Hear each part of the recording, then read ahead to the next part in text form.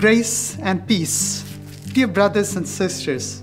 Welcome to our weekly reflection. And we are now in the 22nd Sunday of Ordinary Time.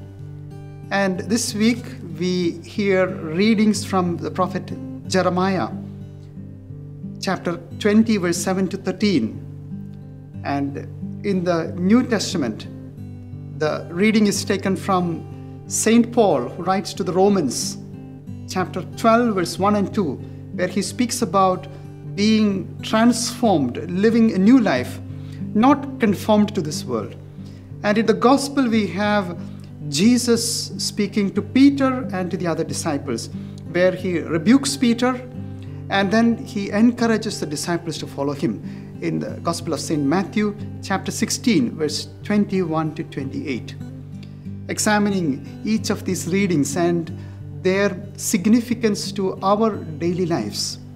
The prophet Jeremiah is a very human prophet.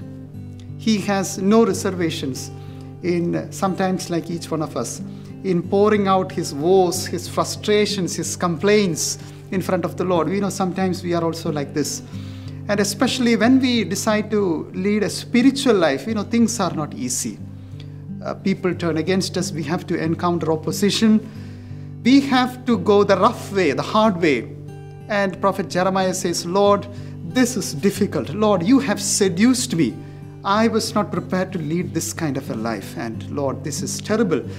But the Lord encourages him. And the prophet Jeremiah, in fact, he says, I'm not going to lead this life anymore. I'm not going to think of the Lord anymore.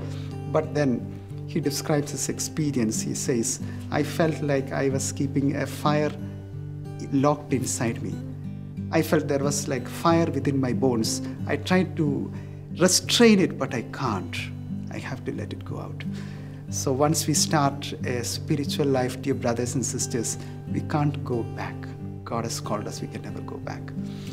In the New Testament, St. Paul tells us, offer our bodies as a living sacrifice, holy, acceptable to God. This is the true worship for us as thinking beings, something very beautiful. Offering up our bodies as a living sacrifice, acceptable to God. And he also tells us, do not conform ourselves to the standards of this world. And in the words of Pope John Paul II, go against the current. Lead a life, transformed life, conformed to Jesus, to his path. In the New Testament, we have Jesus rebuking Peter.